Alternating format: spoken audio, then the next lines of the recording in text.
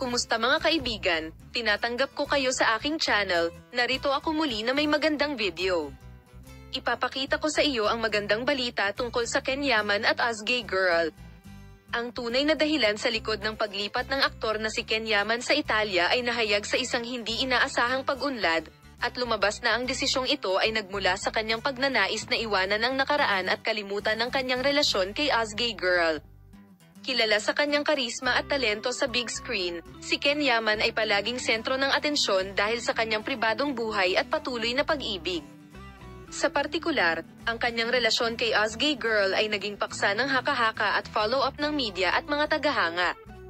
Sa kasalukuyan, ang desisyon ni Yaman na lumipat sa Italia ay nagulat sa marami, ngunit ngayon ay nahayag na ang paglipat na ito ay nagmumula sa kanyang pagnanais na emosyonal na ilayo ang kanyang sarili mula sa kanyang nakaraan kasama si Azgay Girl.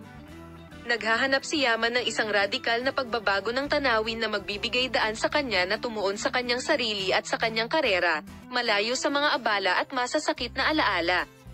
Para kay Ken Yaman, kinakatawan ng Italy ang pagkakataong magsimulang muli at hanapin ang panloob na kapayapaan na hinahanap-hanap niya. Sa pamamagitan ng paglubog ng iyong sarili sa isang bagong kultura at kapaligiran, umaasa kaming iwanan ang mga nakaraang paghihirap at buksan ang iyong sarili sa mga bagong posibilidad sa hinaharap. Ang mga balita tungkol sa motibasyon sa likod ng paglipat ni Ken Yaman ay nagbunsod ng matinding talakayan sa social media, at ipinahayag ng mga tagahanga ang kanilang suporta at pag-unawa sa aktor sa bagong yugto ng kanyang buhay.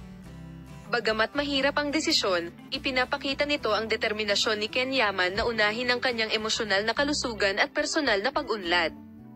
Sa pamamagitan ng paglipat sa Italy, sinimulan ni Ken Yaman ang isang paglalakbay ng pagtuklas sa sarili at pagpapanibago, na iniiwan ang pagka-atresado sa nakaraan at tinatanggap ang kasalukuyan at ang hinaharap ng may optimismo at pag-asa. Ang kanyang matapang na desisyon na ituloy ang kaligayahan at personal na katuparan ay humahantong sa iba na sundan siya halimbawa at humanap ng kapayapaan sa gitna ng kahirapan sa buhay.